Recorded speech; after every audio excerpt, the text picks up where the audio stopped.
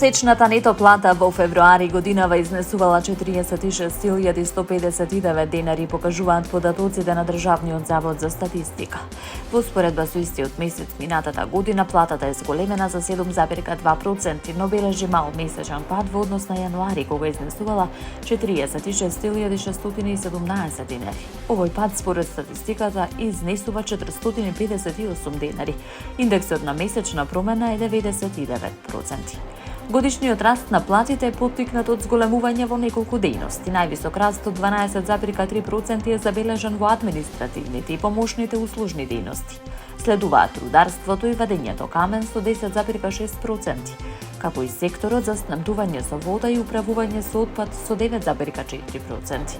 Од друга страна, на месечно ниво се забележува пад на платите во земјоделството, шумарството и рибарството, другите услужни дејности, уметност, забава и рекреација.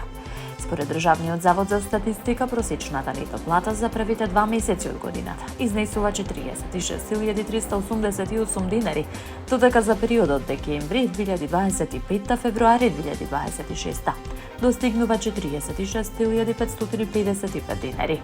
Реалната плата, прилагодена на инфлацијата, бележи раст од 4,2% на годишно ниво. И покрај растот на платите, податоците покажуваат дека тие се уште заостануваат за трошоците за живот.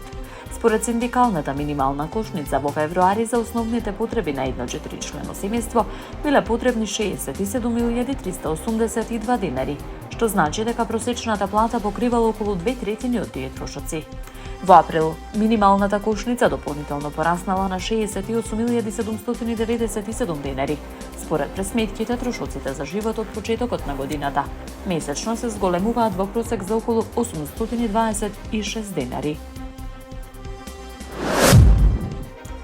Пиротехничките средства во дискотеката Пулс биле поставувани во моменти кога објектот веќе бил полн со гости непосредно пред настапот на групата ДНК. Ова го истакна сведокот Теа Ѓорѓиева на последното рочиште за трагичниот случај, изнесувајќи детали за атмосферата пред избувнувањето на пожарот. Ѓорѓиева, која во дискотеката пристигнала околу 1 часот по полноќ, раскажа дека со пријателите била сместена на маса директно пред вината. Таа забележала непознати лица како ги поставуваат пиротехничките направи. Видов дека ги поставуваат, не знам кој беа, не ми беа познати лицата. Беа поставени доста близу до нас. Баш му кажав на пријател дека се многу близу и може да ми испрска на косата, изјави таа пред судот. Сведокот опиша дека појавата на Чати, повикот од Панчо за евакуација првично не биле сватени сериозно. Сепак, како што се обидела да излезе, се заглавила во пушачкиот простор меѓу двете врати. Таа се присети на карактеристичната миризба која се проширила. Досега не бев осетила такво нешто. Како кисело, не знам како да го опишам. Ѓорѓиева раскажа дека била извлечена од страна на обезбедувачот Стојанчо, забележувајќи дека припадниците на обезбедувањето со помош на крпи и мајци на лицата се обиделе да ги спасат заглавените млади луѓе. На последното рочиште беше констатирано дека судот не добил повратна информација од МВР за поканата за еден од предвидените тројца сведоци, додека друг е во странство и неговото сведочење најавено за 4 мај. Судскиот процес продолжува на 28 април, кога се очекува вештаците од судска медицина да ги презентираат обдукцијските извештаи. Бројот на имигранти што живеат во Европската Унија се искачи на рекордни 64,2 милиони во 2025 година, што е за околу 2,1 милион повеќе во однос на претходната година, според извештајот објавен од Центарот за истражување и анализа на миграцијата во Берлин.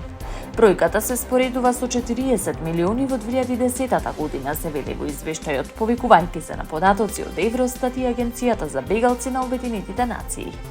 Германија останува земја членка со најголем број лица родени во странство, речиси 18 милиони, од кои 72% од населението се на работоспособна возраст, додека Шпанија забележа најбрз неодамнешен раст со зголемување од околу 700.000, со што бројот на жители родени во странство достигна 9,5 милиони, објавува Reuters. Германија останува главна дестинација за мигрантите во Европа и во апсолутни бројки и во значителна мера во однос на нејзиното население.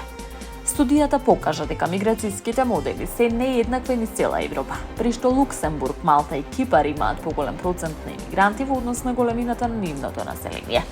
Барањата за азил се исто така концентрирани во одредени земји, при што во Шпанија, Италија, Франција и Германија биле речиси 3/4 од сите барања. Германија прими најголем број бегалци вкупно 2,7 милиони.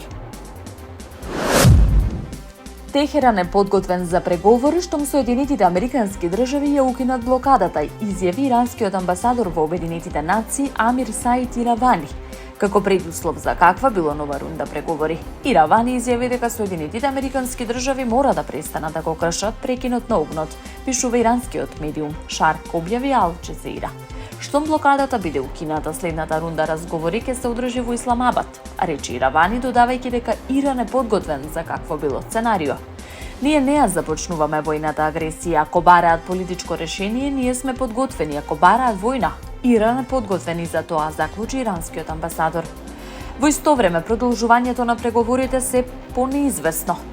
Иако безбедносните подготовки за нова рунда преговори се уште се во тек во пакистанскиот главен град Исламабад, оптимизмот значително се намали и се поневеројатно е дека состанокот ќе се одржи оваа недела.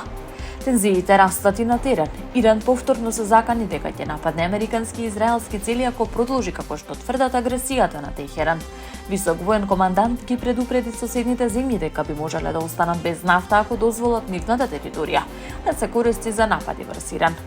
Во меѓувреме, американската администрација продолжува да го засилува притисокот. Вашингтон потврди дека блокадата на иранските пристаништа и извозот на нафта останува насила. Дополнителни мерки вклучуваат суспендирање на финансиските исплати кон Ирак, со цел да се изврши притисок врз проиранските вооружени групи. Во меѓувреме, безбедносната ситуација на море дополнително се влошува. Иранските сили нападнаа контејнерски брод покрај брегот на Оман, при што е оштетен командниот мост, но екипажот е неповреден. Сето ова дополнително ја комплицира веќе кревката ситуација, додека во исто време расте притисокот во Соединетите Американски држави, каде што некои демократи ја критикуваат можната војна со Иран.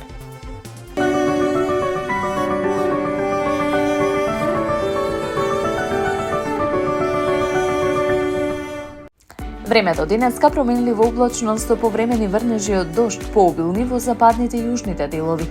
Поради продор на постуден воздух на повисоките планини, врнежите од дожд ќе преминуваат во врнежи од снег. Ќе дува слаб до умерен, наместа дожд по варварието повремено засилен ветер од северен правец. Во Скопје променливо облачно време со повремени врнежи од дожд. Ќе дува слаб до умерен ветер од северен правец. Следува период на стабилно и потопло време, со пораст на дневната температура.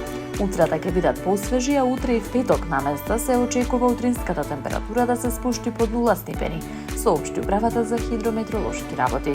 Минималната утринска температура ќе се спушти до -2, максималната дневна ќе достигне до 25 степени.